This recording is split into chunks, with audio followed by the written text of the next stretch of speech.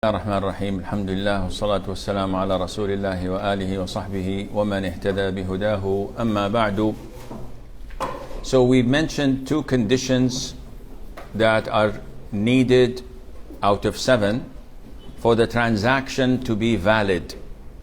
And the first one was the consent. Second one was to be from someone who's authorized to deal.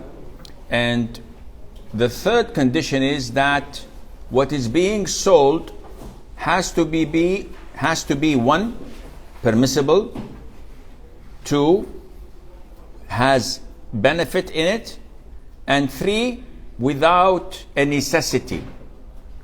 What do we mean by being permissible? It means that things that are haram cannot be sold. Cigarettes, tobacco, intoxicants. These are musical instruments. These are all haram. So this cannot be permissible to sell. It has to be permissible. And it has to have benefit, use. So if you sell something that has no benefit, such as selling insects, for example. Insects have no benefits for people. So this is not permissible to sell. It has to be permissible, has benefit, and without a necessity. Why do we say without necessity? Some things are beneficial, but they're not permitted because they're only permitted in necessities. Like, for example, acquiring a dog. A dog is haram to buy and to sell, but it is permissible to use in conditions. Is there any benefit of it? Yes. In terms of a dog that catches game and hunts, a dog that protects, a dog that used for protecting the herds, a shepherd dog. So these are permissible, but with what? With necessity, not generally permissible. And this is why you cannot sell them and buy them, according to the most authentic opinion. Also, buying dead meat. This is not permissible, but for necessities, you can use it. So if I have a dead cow or a dead sheep, I cannot sell it, but I can use it to feed animals that I have. This is halal. Buying and selling it, no. Likewise, buying animal dropping. This is for necessity. You can buy this if there is a necessity for it, like in buying fertilizers. In this case, you can do that because there is this necessity coming into place. Number 4, condition number 4, that the person selling has to be an owner or authorized. So if I do not own this bottle, and can I sell it to people? It's not mine. So it has to be from an owner or someone authorized. So the owner of the bottle came to me and said, Shaykh Assim, I authorize you to sell it. And this is halal to sell because I'm authorized. There is an exception, but this is very minor. But I'll mention it for you just to have an idea. There is something called Bay'ul Fuduli, someone who's not authorized. And this transaction is a difference of opinion among scholars. Someone comes to me, finds this bottle in front of me. It's not mine. Says, Shaykh, do you sell this bottle? I said, yes. How much? I said, 1 dinar. He said, okay, I accept. And I say, I sell it. Then the owner comes. And I said, listen, this bottle of yours, I sold it for 1 dinar. He said, Yakhi, why did you sell it? It's not yours. I said, I know, but I thought it was a good deal. If he approves it, the sale is halal. If he says, no, I don't want to sell it, I have to go to the buyer and say, the transaction is invalid because it's not mine, and give him back the money. This is called Bay' al-Fuduli. And the companions did this with the Prophet ﷺ, and the Prophet approved it. And there are many forms of it, but this is not the time. Condition number? MashaAllah. They're awake. That it's possible that you can deliver it. Which means that anything that you are not certain of being able to deliver is not permissible to sell. So we go to the Corniche, and I say to you, mashallah, look at the Gulf, it's very vast. I'll sell you 5 kilos of hamur in the water. You say, oh, that's very good deal. I accept. I take the money and I leave. You go, where is my hamur? It's in the water. I didn't lie. You go ahead and collect it. This is not permissible. If I have a renegade slave that ran away from me, and I come to you and say, Akhi, the slave usually costs 1,000 Kuwaiti dinar, I'll sell it for you for 500 fils. Wallah, it's a good deal. Here is your money. So Allah, go ahead, catch it. Selling you birds in the sky. I cannot deliver, I cannot handle it. How can I sell it to you? This is ambiguous. So Islam says this is not permissible. Number 6, you sell something that must be identified by clear description or by visual or by touching. I cannot say to you, Wallahi, I have this beautiful car. I'd like to sell for you or to you for 10,000 KD. I said, what type? I said, I don't know, but it's a beautiful car. It has 4 wheels, it has a good engine and 4 windows. Yeah, but what? I said, it's a good car. You think to yourself, Wallahi, okay, I can buy it. No, you can't. Because when you see it, maybe it's a Chinese car. Maybe it's a car from 30, 40 years old. This is why you cannot sell something without either full description of it, as if you can see it, or a picture, or something that's tangible I can see. Something described, no. This is invalid. And this is why among the categories in the Sunnah of the Prophet ﷺ, he prohibited the selling of al-mulamasa. What is al-mulamasa? Is a transaction that is dependent on touching. So we're in a dark room, I'll say to you, whatever I throw to you and you touch it, it's for 1 dinar. So I throw something in you. Yeah, okay, I'm fine. You take it, it's not what you thought. You thought it was silk, and then discovered that it was rubbish. It's cost one fils. Al-munabadha is also prohibited. You come to a wholesaler, and he says, everything is for 1 dinar. So you see many good things. He said, listen, whatever I throw to you, this is 1 dinar. Or whatever you throw a stone and it falls on it, this is for 1 dinar. Accept? You say accept. Maybe you get something worth 10 dinars. Maybe you get something worth nothing. In games, when you go to the fun fairs and you put a coin in the machine and you try to grab a rabbit, you may fail and grab a mouse, maybe, I don't know. You may grab it. This is gambling. This is part of the ambiguity. Something you are not able to collect, you cannot participate in. Finally, the price must be defined. So I bought this bottle. Akhi, Assalamu alaikum, I want to buy this bottle. Okay, I'm selling it to you. Okay, I'm buying it. How much? I don't know. There is ambiguity in there, and there will be dispute. Because I say it's 200 fils, the Shaykh said. 200 or 50? 50, 50. Oh. See, ambiguity. And he's making me drink it, and now he's asking for 200. This is not fair. I have to clear it out before the transaction is made, so that there is no dispute that may arise in the future. So I hope this, inshallah, clarifies and gives you a preview. And this is only the tip of an iceberg. I've managed to summarize pages for you in these things, so that you just have a chopper view. You can see everything. But if you want to get details, you have to land your chopper and get more information. So who's the Shaykh who's going to read for us?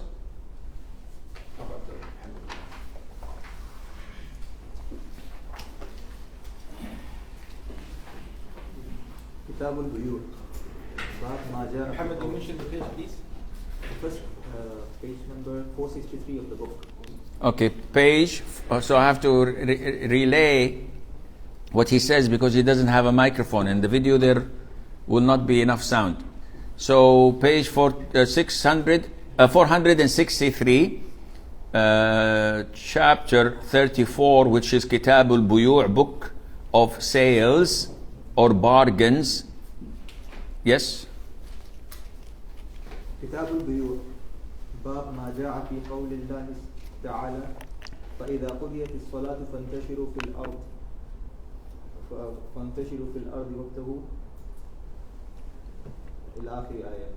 وابتغوا من فضل الله واذكروا الله كثيرا لعلكم تفلحون. Okay, I think I just you read the English for me. The Arabic, I don't think we need to read the Arabic because I might as well read it in French. Fanny, what's the point? I have my notes in Arabic because I depend on Arabic. But I need someone to read the English because I'm very slow in reading English. I don't read English at all. So that's why I prefer to hear it from someone else. Narrated Abdul Rahman bin Auf radiyallahu anhu. You did not read the ayah, the introduction of the chapter in English. The book of sales, bargains, chapter 1. What has come in the statement of Allah subhanahu wa ta'ala, meaning, then when the Jum'ah Salah prayer is finished, you may disperse through the land and seek the bounty of Allah by working, etc. And remember Allah much, that you may be successful. Okay. Hadith number 984, narrated Abdul Rahman bin Auf radiyallahu anhu, when we came to Al-Madinah as immigrants, Allah's Messenger sallallahu alayhi wasallam established a bond of brotherhood between me and Sa'd bin Rabi'. Okay, so I think we should dissect instead of reading the whole thing and then coming back to it again. When the migrants from Mecca went to Medina, they left behind their properties, their wealth, and some of them, their families. So the Prophet ﷺ established a bond of brotherhood. So each one from the migrants was allocated to one from the Ansar, the people of Medina. And in the beginning, this bond meant that they are brothers. So if one of them died, the other one would inherit him. Until the abrogation in chapter 8, Surah Al-Anfal, at the end, where Allah says, this is no longer. Only kinship inherit one another, and such a bond is found, but there is no inheritance between them. So the Prophet ﷺ allocated this companion to this companion, this companion to this companion. Abdul Rahman ibn Auf, who is one of the 10 heaven bound, which ranks him at the very top of the companions. As we know, the top companions are 4, and they are from the 10 heaven bound. Then there are the 6. Then we look at the people of Badr. Then we look at this, at As-Sabiqun, etc. There are means and ways of differentiating between the companions. So Abdul Rahman ibn Auf holds one of the highest ranks. He was made a brother of Sa'd ibn Rabi'. And Sa'd ibn Rabi', the Prophet ﷺ is a wise man. He knows who to allocate who. Abdul Rahman ibn Auf was known to be an excellent businessman, and we will come to see that. He would not, the Prophet ﷺ, put him along with a farmer or with a beggar or with someone who had no money, because he had to put him with someone in the same social and financial status. So he allocated him to one of the millionaires of Medina. What happened? Sa'd ibn Rabi' said to me, I am the richest among the Ansar, so I'll give you half of my wealth, and you may look at my 2 wives, and whichever of the 2 you may choose, I will divorce her. And when she has completed the prescribed period before marriage, you may marry her. So this is what is astonishing. Now, this is an assignment. Saad, take Abdurrahman as your brother. Okay. Hello, brother. How are you? You may live in the guest room, and I will bring you breakfast, lunch, and dinner. If you need some money, I will lend you. I will give you. No. Saad did not do this. He did not say, okay, here's $10,000. No. He said, I am amongst the richest in Medina. And this is half of my fortune, yours. Now, this is crazy. I have 2 cars. Actually, I have 3, alhamdulillah. And if someone would to be my brother, I would give him a car and a half. I will give him a bicycle. Even a bicycle, you will return it tomorrow. Huh? And, this is outstanding, something we cannot comprehend nowadays. To declare your wealth to someone who's a total stranger, not from even your country. He's an expat. He's from Mecca. And you say to him, this is my financial statement. Half of it is yours. Okay, if you're a multimillionaire, if you're Elon Musk, what does half of it mean? Nothing. But to come and say, I have 2 wives. Look at whom you think is more desirable to you. I will divorce her. After the waiting period, you can marry her. This is also outrageous to us. One, or especially feminists who are watching this, I hope you edit it, huh? I'll wait for your hate mails. It's okay. Feminists would say, oh, this is unfair. She's not a property. She is not something to sell and buy. How does he do this? How does he control? Ya akhi, think. Sa'd ibn al-Rabi' is not one of the 10 heaven bound, which in ranking means he's way lower than Abdurrahman. He preferred for his 2 wives to choose a better man than him. And he wants for his beloved wife to be with someone who is much better than him for fulfilling what the Prophet instructed, and also for getting reward. Not that he doesn't like his wives. So he gave him the choice. And we cannot understand this. It's way above our pay grade. But look at how these, and I don't have the time to go and tell you how Sa'd ibn al-Rabi' died. This is not our place. What did Abdul Rahman respond to this generous offer? If someone of you come to me and say, Shaykh, this is my bank account, have half of it. I say, Ya akhi, you're embarrassing me. Bas yallah, alhamdulillah. Alhamdulillah. I would say this, huh? I would have no hesitation. Something coming to me from Allah. I would not be normal if I say, I don't want it. But why is he one of the 10 heaven bound? This is his response. Rahman replied, I am not in need of all that. Is there any marketplace where trade is practiced? Okay, this is why the hadith is mentioned. First of all, here he says, I don't need any of those. In another narration, also in Bukhari, he says, Barakallahu fi malika wa ahlik. May Allah put barakah in your wealth and in your wives. I have no need for that, no desire for that. But is there any marketplace where people trade? This is my craft. If he was a carpenter, he would have said, is there any place where people do cupboards and something? I want to go and practice my craft. So he's asking about a place where businessmen could practice what they know best. So what did Sa'd say? Sa'd replied, the market of Qaynuqa. What is Qaynuqa? It's a Jewish tribe. So we had Banu Qaynuqa, Banu Nadir, Banu Qurayza. Quraysh is in Mecca. It's a different. And then we have Khaybar, where a collection of these tribes may have lived in.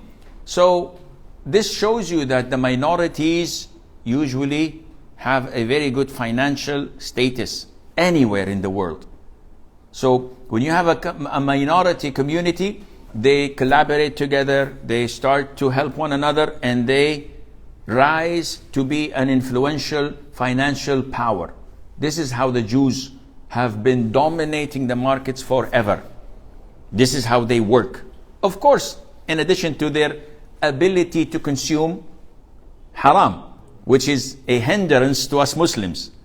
We can be richer than them, but we always have restrictions: no bribes, no riba, no haram embezzlement, etc., which is a favor and blessing of Allah, which shows you which religion is closer to Allah Azza wa Jal.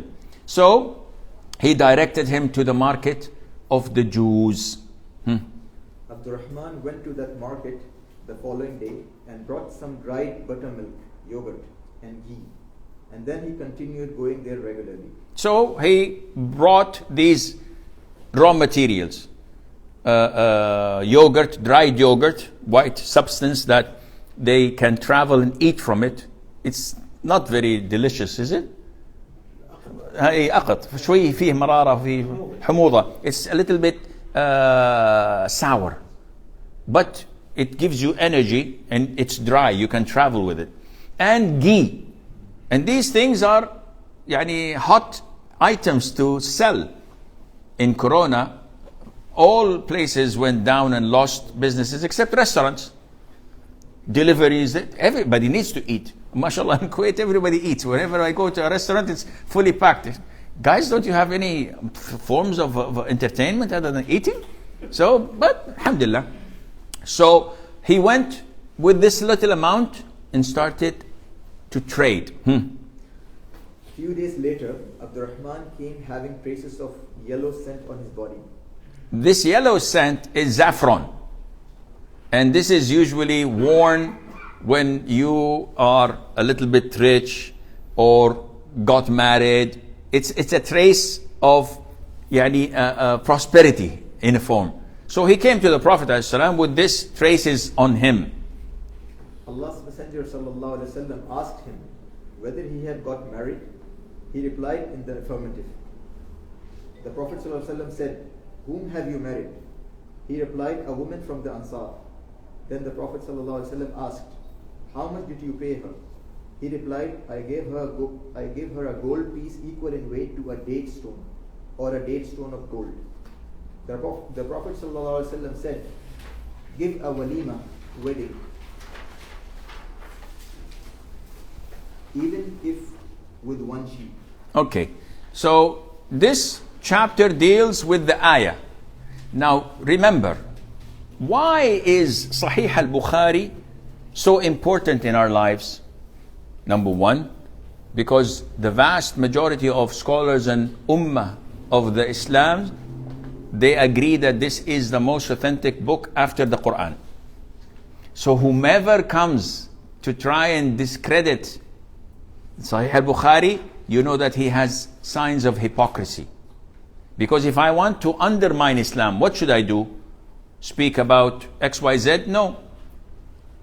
Speak about the Quran and try to discredit it. But we know that no one can do this because Allah protected it. And it's the challenge is from here till the day of judgment. So step 2, try to discredit the Sunnah. How to do that? Either speak ill about the companions. Speak ill about Ali, speak ill about Muawiyah, speak ill about Abu Hurairah, say bad things about them. The moment you do this, it means that whatever they narrated is questionable. So you've dismantled the Sunnah. If you can't speak about the companions, speak about the way the hadith was collected. And you say that, no, we believe only in the Quran. The Sunnah, there might be authentic, there might be weak. Maybe one of the narrators was asleep. Maybe he saw this in a dream. You try to do whatever. And one of the ways of also dismantling and destroying the Sunnah of the Prophet ﷺ is to speak about the hadiths themselves. This is not logical. This is this and this is that. This is why scholars always praise Sahih al-Bukhari and think highly of it and consider anyone to speak ill about it to be a hypocrite.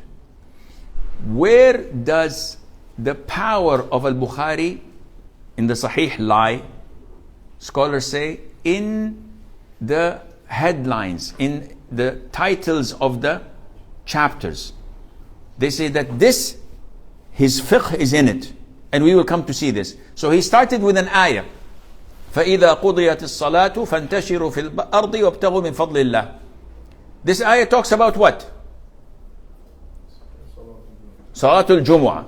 About Friday prayer. Allah says, when the prayer is over, then spread and seek from Allah's bounties. Through what?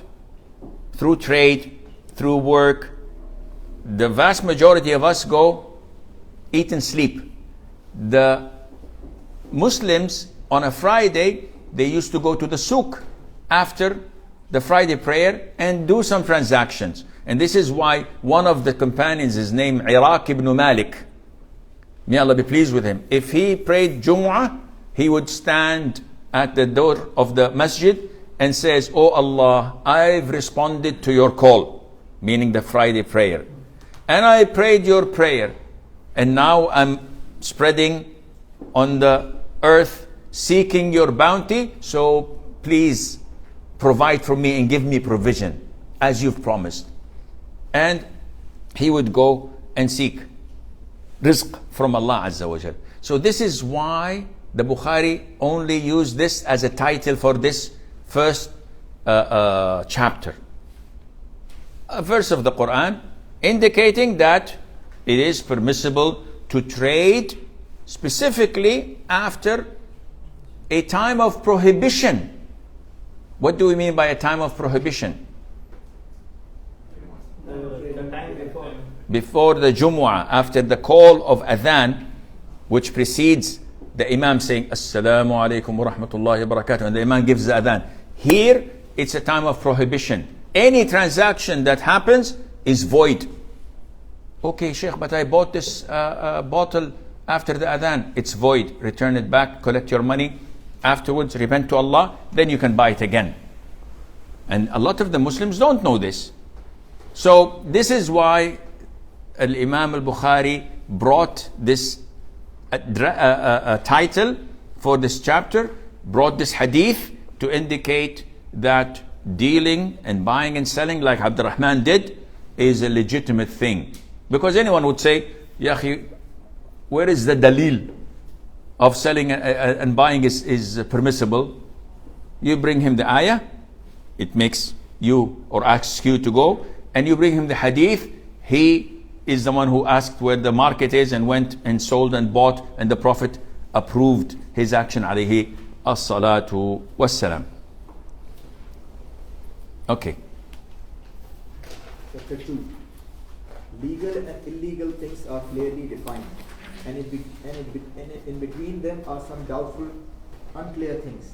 So this title is based on a hadith. Every one of you know the hadith.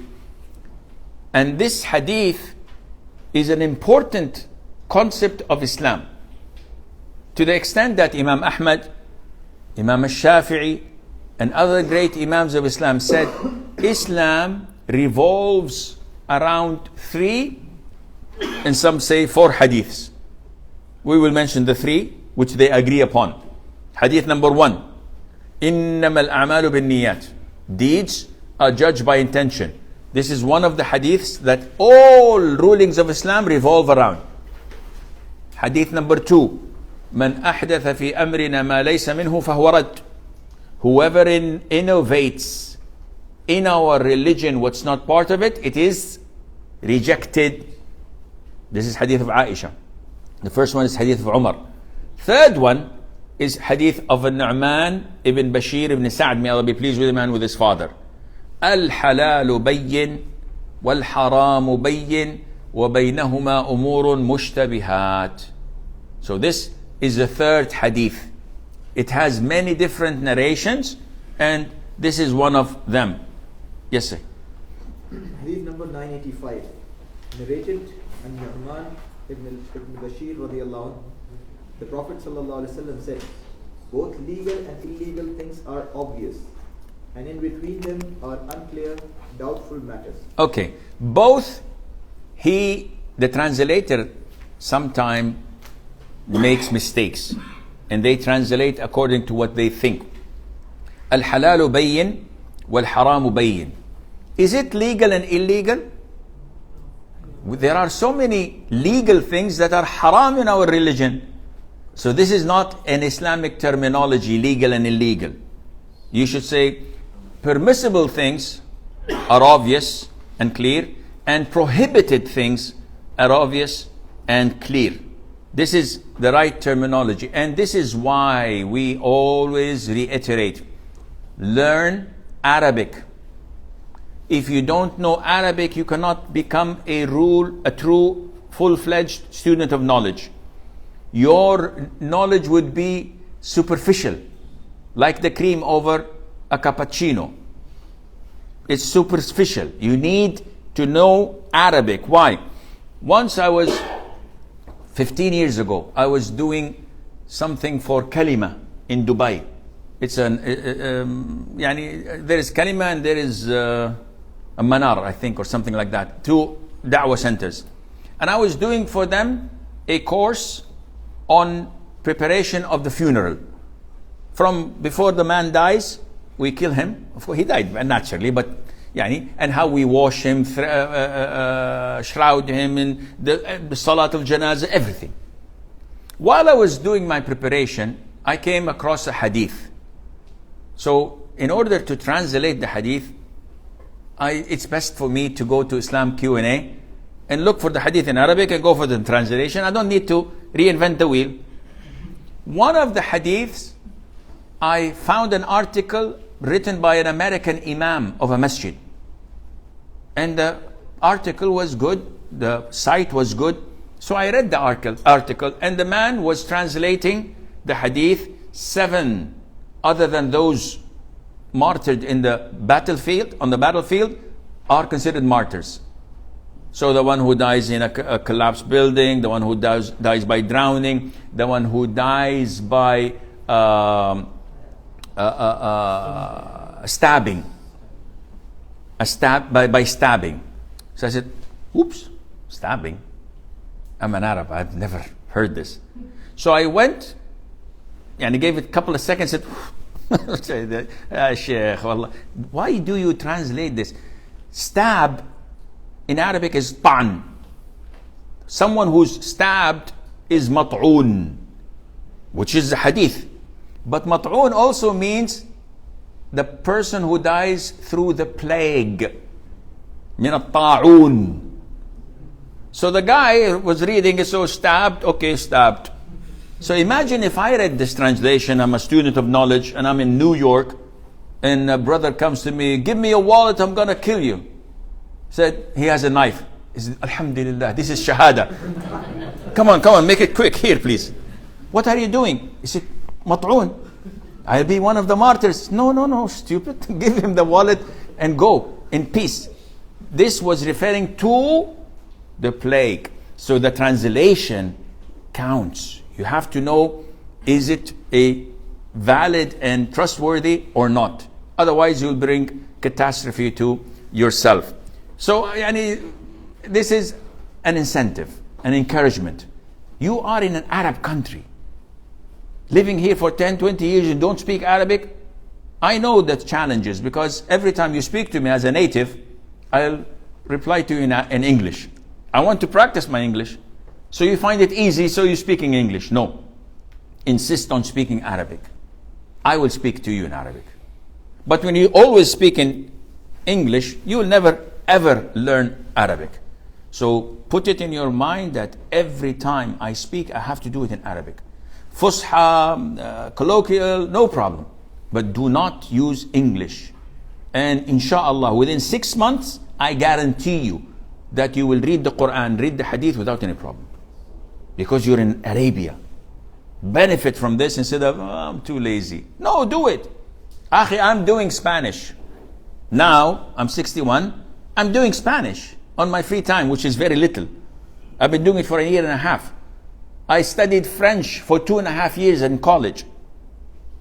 It's easy to pick up a language, but you have to put some effort into it. We don't want to go out of the topic. Tfaddal. So whoever forsakes those doubtful, unclear things. Okay, doubtful or unclear thing, I would rather translate it as ambiguous. Or, no, sorry, not ambiguous, dubious. dubious matters. This is better than doubtful or unclear. Dubious matters.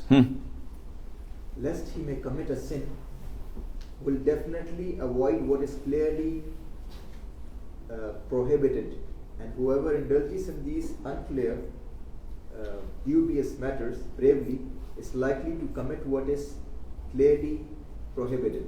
What does this refer to? It refers to when going to transactions, when going to buying and selling. There are things that are crystal clear, halal. What's the ruling on buying water? Halal. Thank you. What's the ruling on buying wine? Haram. Thank you. What's the ruling on XYZ? I have to analyze. Is it halal? Is it haram? As long as there is doubt in it, leave it. As long as you're doubtful about it. Okay, Shaykh, but it might not be haram. True. But what's the other end of the equation? It might be haram. So there is a probability. The hadith tells you that there is a sanctuary. This sanctuary belongs to the king. And the king has all of his livestock in it. There's a big fence and a big warning sign. If your animal of your livestock enters this sanctuary, it will be the end of it. It will belong to the king. You cannot call it back. So now you say, oh, there is 5 meters. Okay, I can bring my livestock and the herd, they can graze around it. Not going to. Are you approaching danger zone? The Prophet says it's the same thing with dubious matters. You say, Akhi, this is not haram. Bring me the dalil.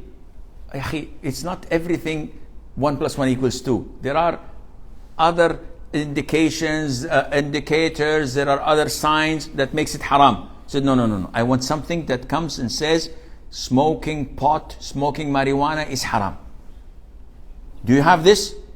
I said, no, not in the text. I don't have something that says drinking whiskey or vodka or tequila or gin is haram. I have general definitions of it. He said, no, I will not. This is not dubious. This is almost haram or clear haram. But you, the Prophet ﷺ is trying to align you with the Sharia, with the Quran and Sunnah. Something that is dubious, stay away from it, or you're inevitably going to fall in haram. And there are many examples of this. Okay. Since are Allah's hima, that is private pasture, and whoever pastures his sheep near it is likely to get in it at any moment. This is the pasture, which is the sanctuary that the king has, and this is well known to be his property. Don't approach it. And likewise, don't approach anything that may make you fall into clear haram because you're close to it. Chapter 3. ناخذ أسئلة ولا نمشي؟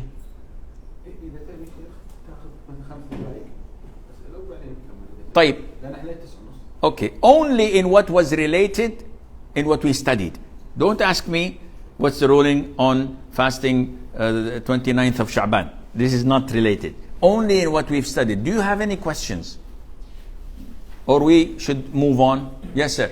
Just you said it was from plague. Does that also include the stomach disease? I heard one of them was if you died from a stomach disease. No, stomach disease is mentioned in the hadith. Okay. Da'ul janab. Okay. So this is mentioned in the hadith, and anyone who dies with an illness in his intestines is considered to be among the martyrs. But ta'un is the plague. It's something to do with the respiratory. Al-mabtun, also al-mabtun. But the plague is a specific pandemic that the Prophet was mentioning عليه الصلاة والسلام. dubious إن شاء الله. ما أدري والله. ما أعرف إنجليزي. أنا بتكلم بس. Second condition, to be authorized to deal, and fourth condition, a person to be owner of authority. What is the difference? The owner is someone who owns it. The second one is in the person. I might be the owner. I might be the owner of this book. Number two says, yes, but there are conditions. Authorized. Am I author? I am the owner. Am I authorized? What do you mean? Am I sane or insane? No, I'm insane, but this book is mine. So you're not authorized to deal. Am I an adult or a child? Am I sound in decision or I'm safih? Am I a slave or a free man? This is number two. It's characteristics of the owner. Authorized to deal. I am the owner. Number four, no, the one who's really doing the selling may not be the owner. So one of the conditions, number four, is to be the owner with the four conditions of authorized. Okay, if I'm not the owner, someone whom I authorize, someone who has authority. So I'm the guardian over 5 orphans, their children. But I'm their guardian. I have the authority to sell and to buy in their interest. But someone from the streets, he says, "No, I will sell this building." What do you relate to them? Nothing. Do you have any authority? No. So you're not authorized. Concession that you mentioned that the product should be available and can be touched or seen. If it is not available, you cannot sell. So when we are buying the apartment, which is not at all constructed, it will be constructed in the future, but I am buying and in a contract. Is it valid transaction?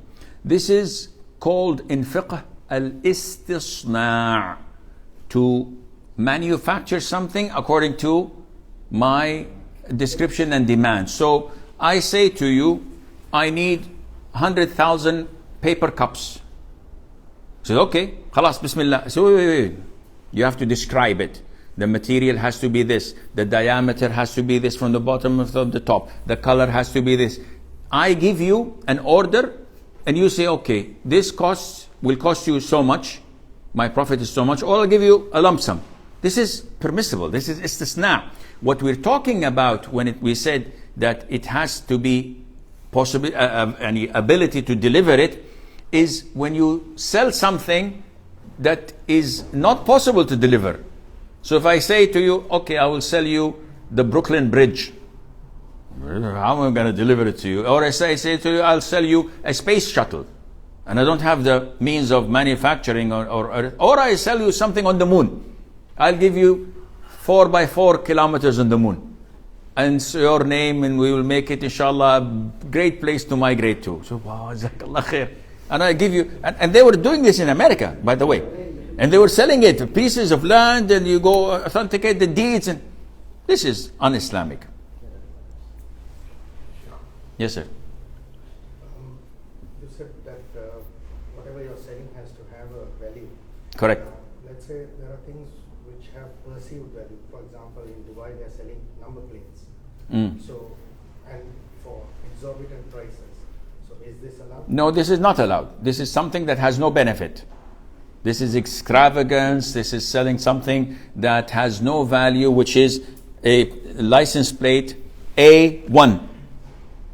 And you sell it for 5 million, 6 million dirhams, maybe 10 million dirhams. What's the benefit of it? Showing off, extravagance, and wasting money. This is totally prohibited. Shaykh, this is permissible to sell it, like you said, in the sea, fish. So nowadays, someone asked this question, selling water from the natural resources, because he is not owner, but it's a natural resource. He is making the bottling and he is selling the water. So does this permissible? Does he do any work? Is there any cost on him? Is he putting any effort into it? Of course. He's collecting it, he's refining it, he's bottling it, he's storing it, he's marking it. This is different from someone who sees a well in the open and he puts a fence and he prevents people from drinking. No, people are in common use of water, of fire, and of grazing. This is Allah's property and it's for free. But if I have my own property and there's a well inside it and people want to take water from it by force, no, this is mine. You see the difference? There's no problem in selling water, inshallah. Shall we? Okay. Yes, sir. You mentioned about the buying or selling anything after Salat, after Azan al-Jum'ah. Correct, before the end of Salah. Okay, because there is some scholars, I mean, they differ, is it the first Azan or the second Azan? That's why I said the one that is preceded by the salam of the Imam. When the Imam says, Assalamu alaikum wa rahmatullahi wa barakatuh, and sits, the muadhin gives the adhan. Yeah. This is first or second? That is the second. This is how we identify which adhan. That's why I said it, so that there would be no ambiguity. It's the adhan that is preceded by the salam of the Imam. The first one, which is an hour earlier, no, you can buy and sell. No problem. Sure, sorry. Connected to the same question. So, for example, just before going to Jummah, we order something to be delivered and we pay at the time of delivery. Maybe he got late, so we go to the masjid. And the delivery happens after the adhan. So the transaction happens while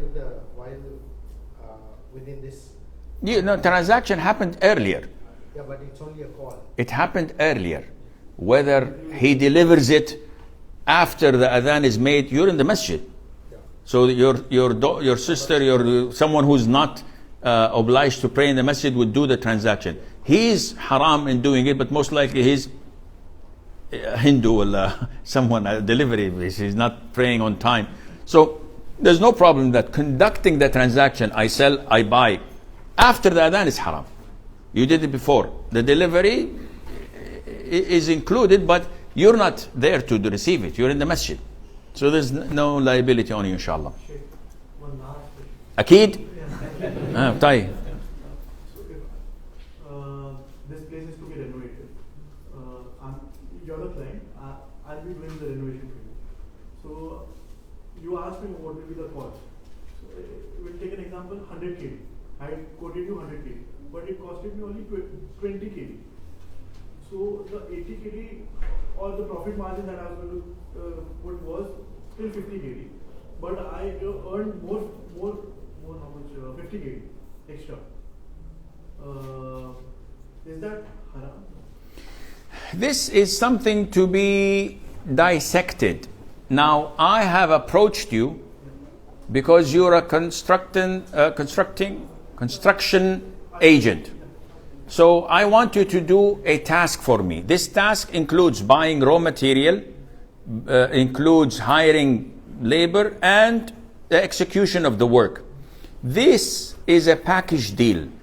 Usually the people know that most people don't make a very big margin on the raw material, on the paints, on the cement, on the gypsum board. They usually make marginal profit, but they make a lot of profit on the labor and on the execution of the work.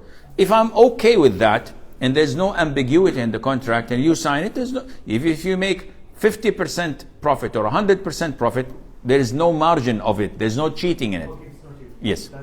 Now 5% is mine, inshallah, next time. Bismillah.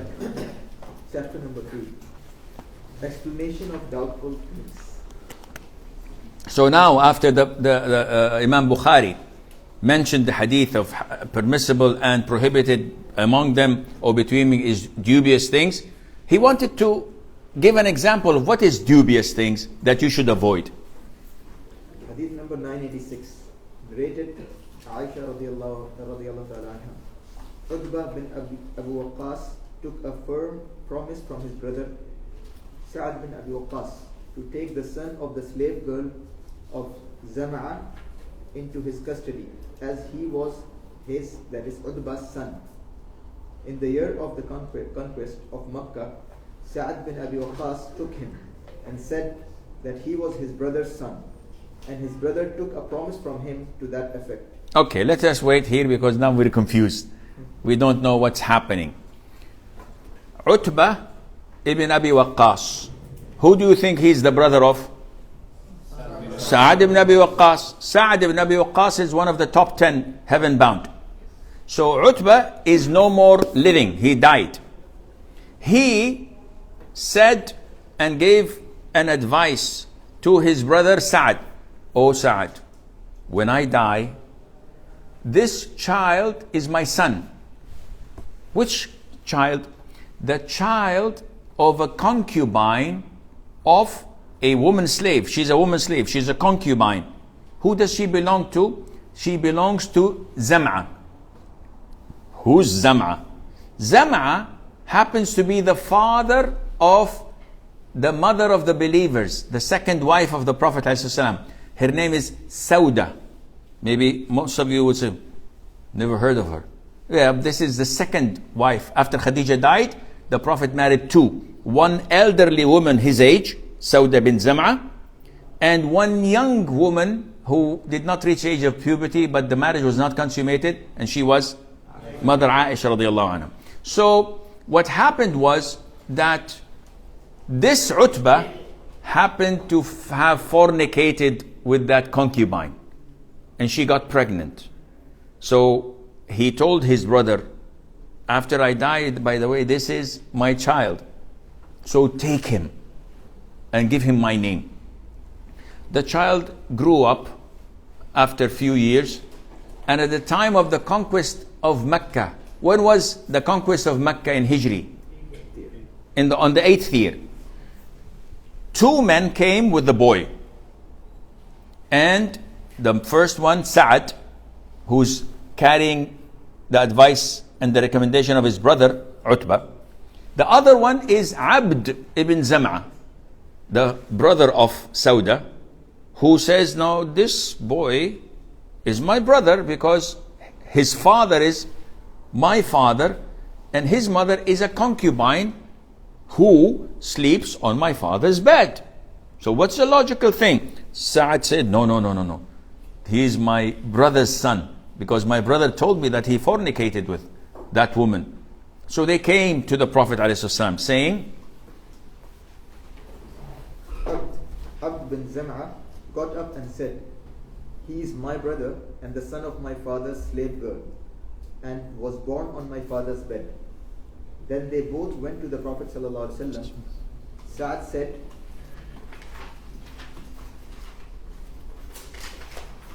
O Allah's Messenger ﷺ, he is the son of my brother, and he has taken a promise from me that I will take him. Abd ibn Zam'a said, he is my brother and the son of my father's slave girl, and was born on my father's bed. Allah's Messenger ﷺ said, the boy is for you, O Abd ibn Zam'a. Then the Prophet ﷺ said, okay, this is not the actual translation. Totally. The translation is in 4 words. The child belongs to the bed, and the fornicator receives only the rock. This is the actual literal translation. What does it mean?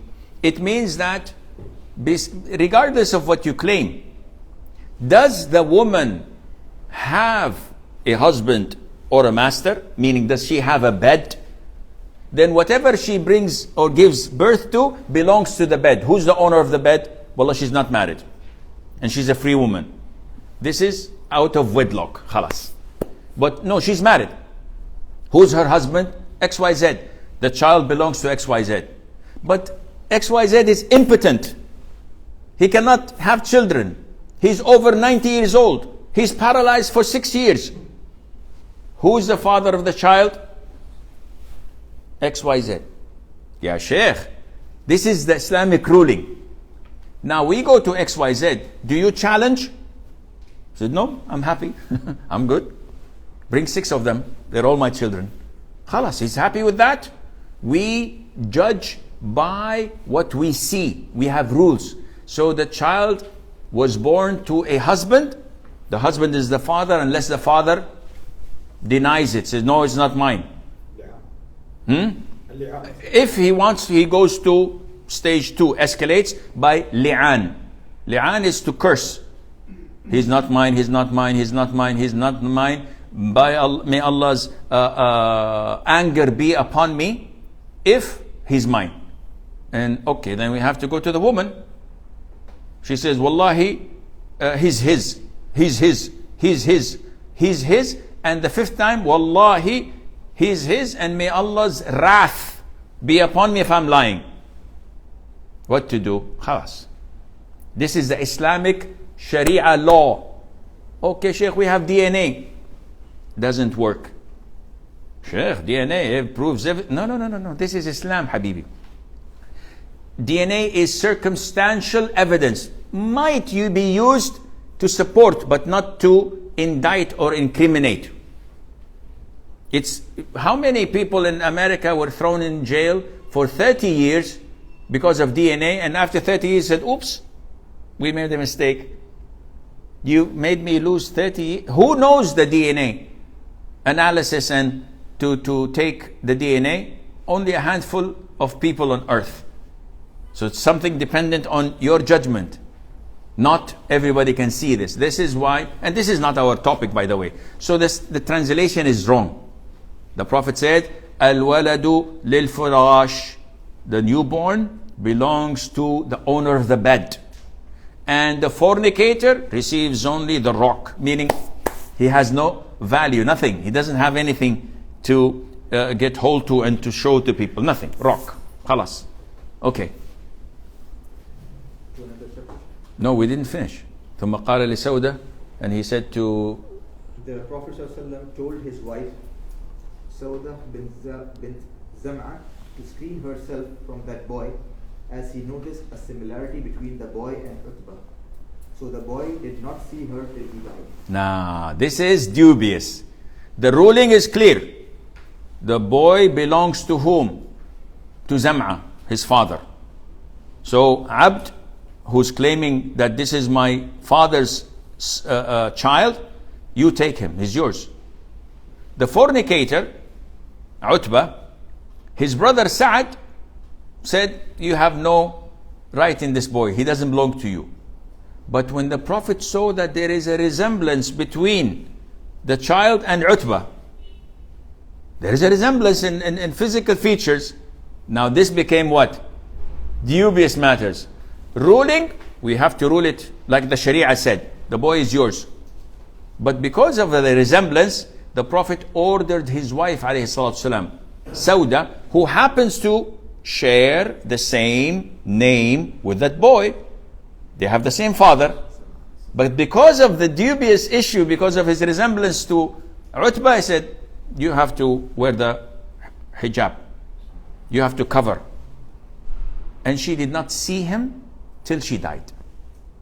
He was what? Her brother. He would inherit her if she dies. This is the legal aspects. But because there is a dubious issue, the Prophet said, refrain. Now you know what dubious means. Sharia-wise, same father, same identity card, same siblings, same relatives, but due to this ambiguity and confusion, she was ordered to wear the hijab from him. Chapter number 4. Whoever does not consider dark suggestions by one's own self or similar things as dubious matters. Okay, so who does not consider dark suggestions? I don't know if this is one of Batman's movies or what is dark suggestions? Dark suggestions. Waswas is dark suggestions. Waswas. I've been doing counseling sessions for ages. This is the first time I hear this description. Dark suggestions. By whom? No, it's called whispers. Whispers of shaitan. So this is waswas. Bab, who does not consider whispers of shaitan as part of dubious matters. Why? Because we have to close the door of OCD. Wallahi, if I tell you the amount of counseling session I do for people over OCD, you'll be amazed. You think that Muslims are getting crazy. OCD is prevailing. And this is only attributed to lack of knowledge. The moment you have knowledge, no OCD. But when you don't have knowledge, it builds up in kufr, in whispers about Allah, about the Quran, about the Prophet ﷺ. And it started from little things. In purity. Oh, I'm dripping urine. Oh, my wudu is not correct. I repeat my wudu. I take half an hour to do ghusl. And then it escalates little by little. Shaykh, I made a lot of money. out of this, alhamdulillah, may Allah protect us, of people saying, Shaykh, I want counseling session. And I give them 20 sessions. Of what? I divorced my wife, but I'm not sure if I divorced my wife or not. This is all what we revolve around. Shaykh, I was thinking of divorce, but I said to my wife, I was thinking a song, let's roll together. So I thought to myself, okay, this is divorce because I was thinking of divorce. I said, were you having a fight? I said, no. But because I was thinking, let's roll together, and as if I'm telling my wife I'm going with another woman, who I'm marrying you, which means that I will divorce you. So is this ambiguous divorce, Shaykh? Yani I'm afraid even shaitan will say, ittaqillah. This is crazy. I cannot force you to do this. This is from you. And the guy comes back and back and back. All what you need to do is have knowledge. If you know that divorce doesn't take place unless you intend it, unless you say it specifically, not ambiguously, and that you don't have OCD. And after that, alhamdulillah, how did he resolve this issue? By recording. I said, I'm repeating the same words over and over again. Please record this session. He recorded it, khalas. Every time he wants to have one, he listens to it. Yeah, this is logical. No need. It ended. So OCD is problematic, but how to solve it? Through knowledge. Now listen to this hadith. Hadith number 987, narrated Aisha radiallahu ta'ala anha. Some people said, O Allah's Messenger, meat is brought to us by some people, and we are not sure whether the name of Allah has been mentioned on it or not at the time of slaughtering the animals.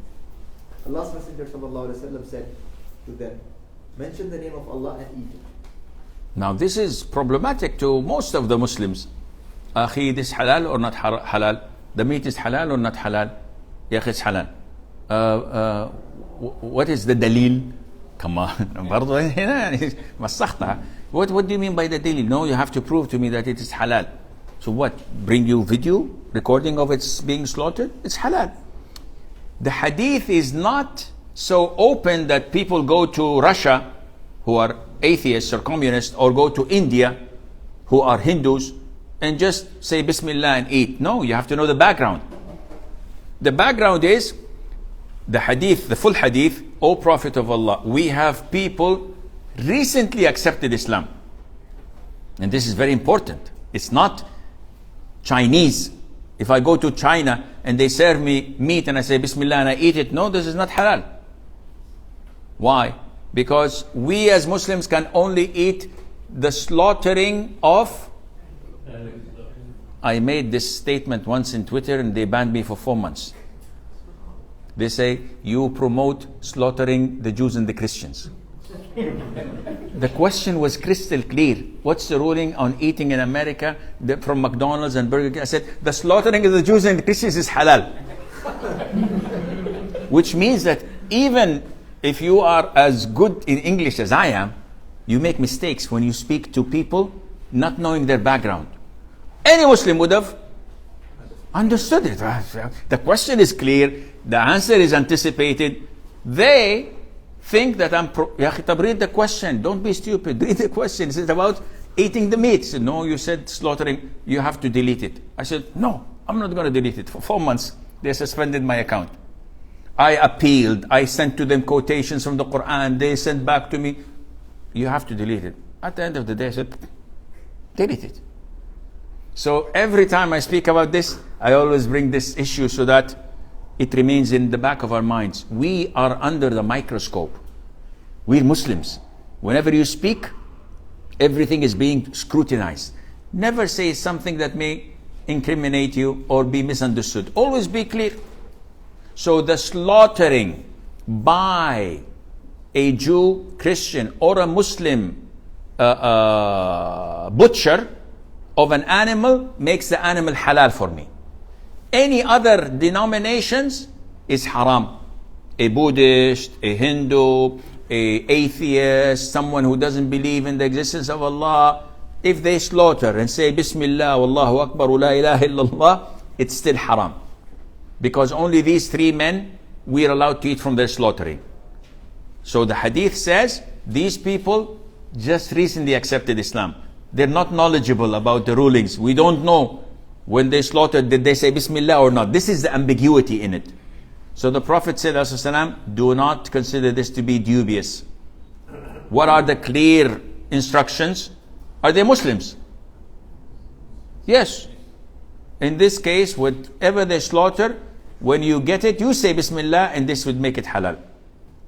This raises and uplifts the hardship. Why? The butchers here in Kuwait, do you buy meat from them? The biggest is Americana. In Saudi, we rely entirely on Americana. This is a Kuwaiti establishment until, and as far as I know. Do you know the butcher who slaughtered it? No. Do you know whether they pray or not? Do you know if they said Bismillah or in the name of whatever? So how do you eat it? Now people with OCD are starting to make their calculations. Oh, okay, I have to remove the meat in the refrigerator, I have to do this. The Prophet is making life easy. So don't go beyond the ease of Islam and make things difficult. Now, if you want to protect yourself and say, I'm not going to eat of something that, this is up to you. The problem doesn't stop here.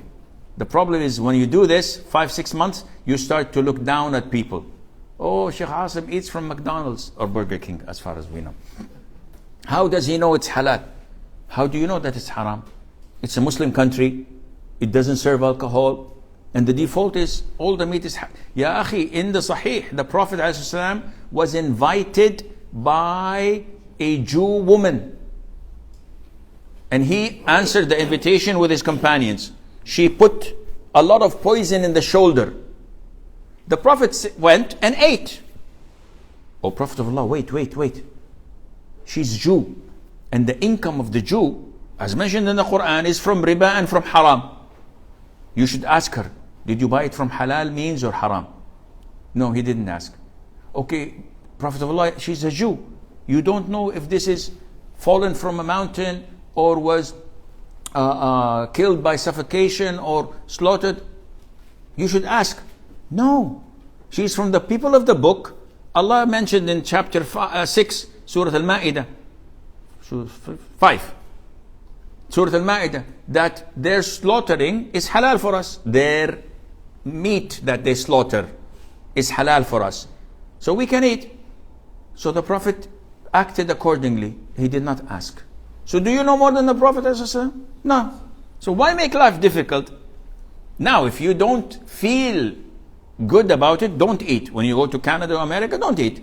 I personally would go and check. They sell pork or not? They don't sell pork. Bismillah. I eat. I have no problem in that. You feel better, good for you. But don't look down at people and start saying, oh, this is halal, this is haram on your own thing, because the Prophet indicated clearly in the hadith, alayhi salam, Sammullah, you say Bismillah and eat. Khalas. Chapter number 5. The one who does not care from where he earns his money, that is whether through legal or illegal ways.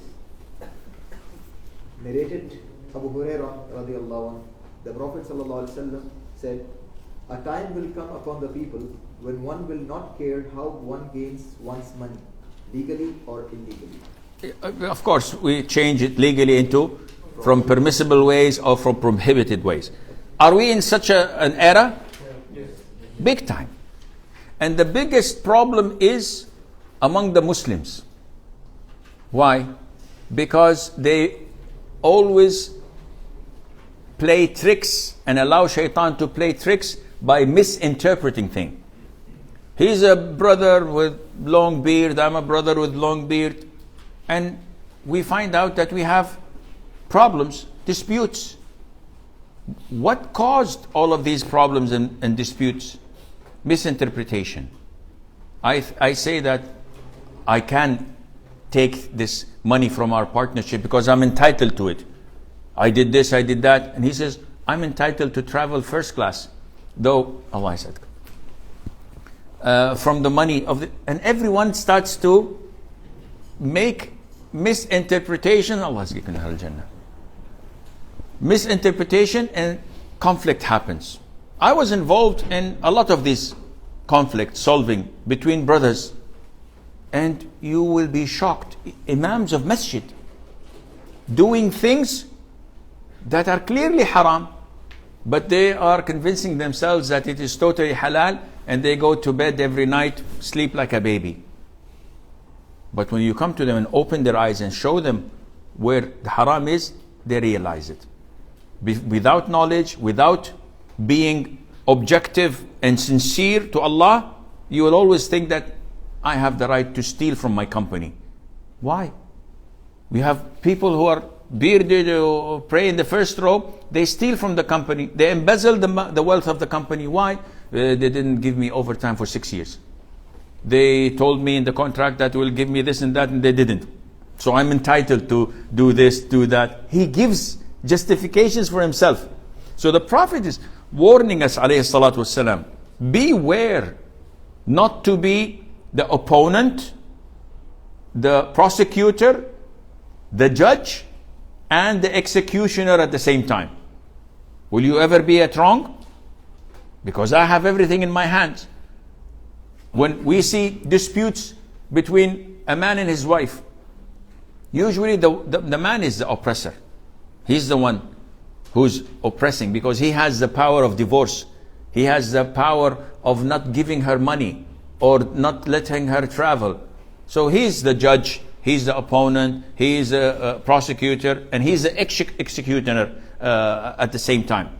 And this does not exempt you from accountability on the Day of Judgment, where you will stand in front of Allah. So from now on, analyze every single penny that enters your wealth, because you will be asked, like we said yesterday in Jum'ah khutbah, you will be asked about every penny, where you earned it from, not only that, and where you had spent it in as well.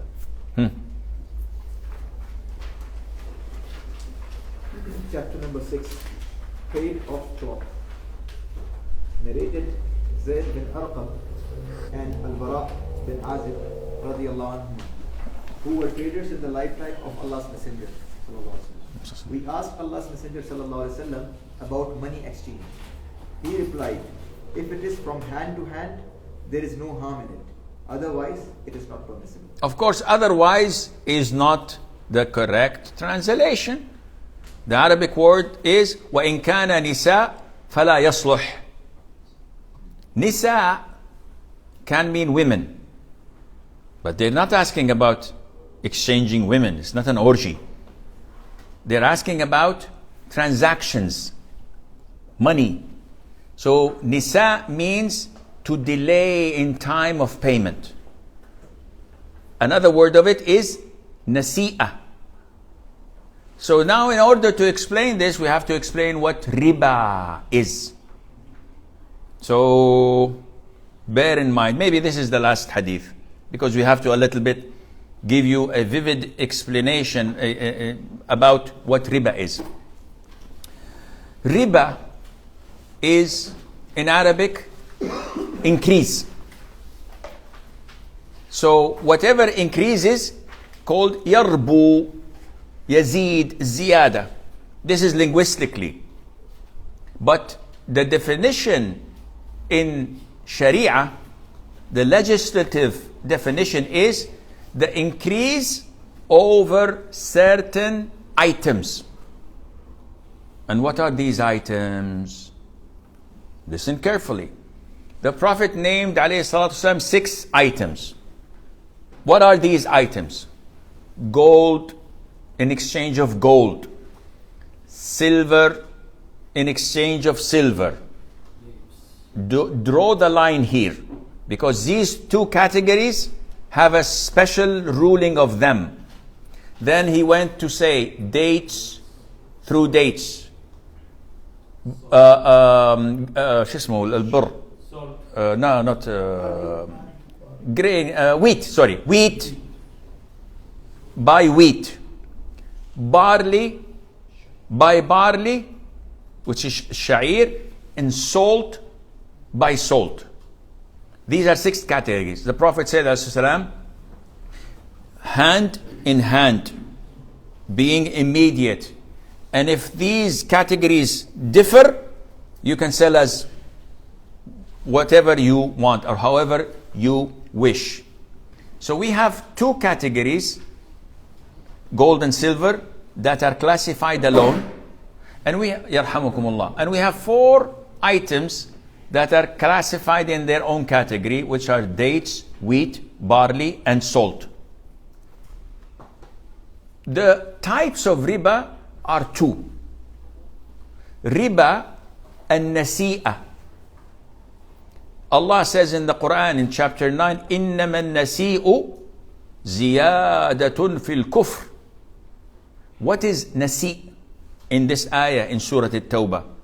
The idol worshippers knew that since the beginning of time, Allah made 4 months, Ashhur Hurum, sacred months. What are they?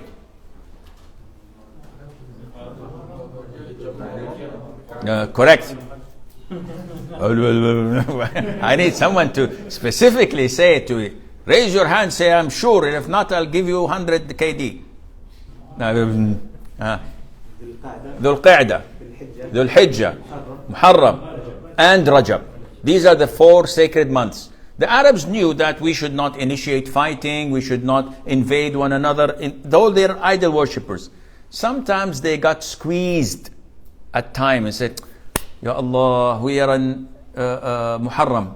Tell you what, let's call it another name. It's not Muharram. Muharram is the following month. Yalla, Bismillah, let's go and raid.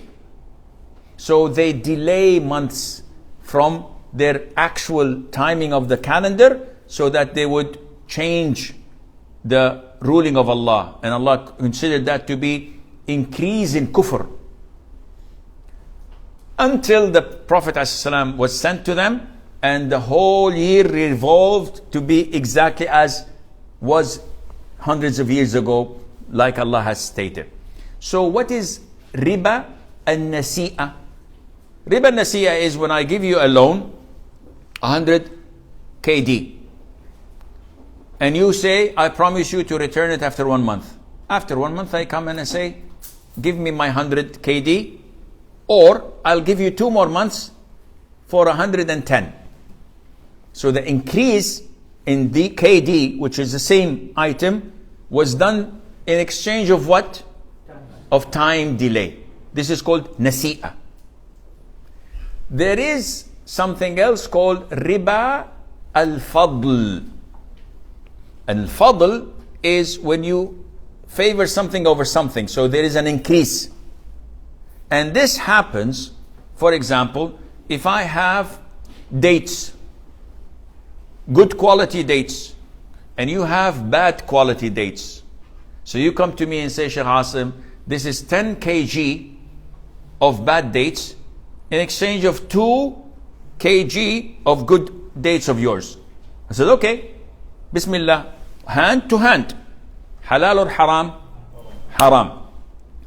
And these are the 6 categories that the Prophet said that riba al-fadl applies in it. So gold by gold, whether raw material or made, it has to be equal. 100 grams, 100 grams. 22 carats, 22 carats. Now you can exchange. Otherwise, 101 is not permissible. Okay, Shaykh, but the 101 is given because the 100 grams are new gold or has a new stamp in it. So the 1 gram extra because of haram. And this is found a lot in women. She has a bracelet. She goes to the jeweler's shop. How much is this? He weighs it. He says 10 KD. She says, that design, how much is it? He says, this is 15 KD. She says, okay, here is 5 KD, bring me the new. Haram. You're exchanging 2 gold items that are not equal. Then this haram. What to do? We will get to know this. I don't want to confuse you because I just want to understand what riba is. Okay, Shaykh, then excuse me, but why did you classify these 6 items into 2 categories? The scholars say that time evolves and progresses and transactions differ. So why the Prophet selected these 6 items? All of the scholars of all schools agree that these are divided into 2 categories. One, gold and silver. And they said, what is the illah? What is the reasoning between putting gold and silver separate? They said, one, they have many. I will not go into details because you will sleep. And you didn't have dinner yet. So sleeping for dinner is not good. I will confuse you. I'll give you what Shaykh al-Islam bin Taymiyyah and our scholars have stated. They said that gold and silver have what is known as a thamaniyah. They are something of value that people use as a price. Anywhere of the world. You like this iPad? How many grams of gold? 20. Faddal. I will take it willingly. I have no problem because universally it's accepted to be a value, something of a price to pay and get whatever you want to do in al-bay'. So gold and silver, we have no problem. Scholars said that anything that falls under this category would be considered the same ruling, which, as we know today, is currency, banknotes. In the beginning, banknotes were backed by gold or silver. If you go to Fort Knox, they have a reserve of gold in America. And they used to write that whoever has this document will be paid in the amount of gold. Here in Saudi Arabia, until 30 years ago, on the banknote, it said to be given to whomever carries this document the amount equivalent in silver. So in the beginning, this is what where did the bank note word come from?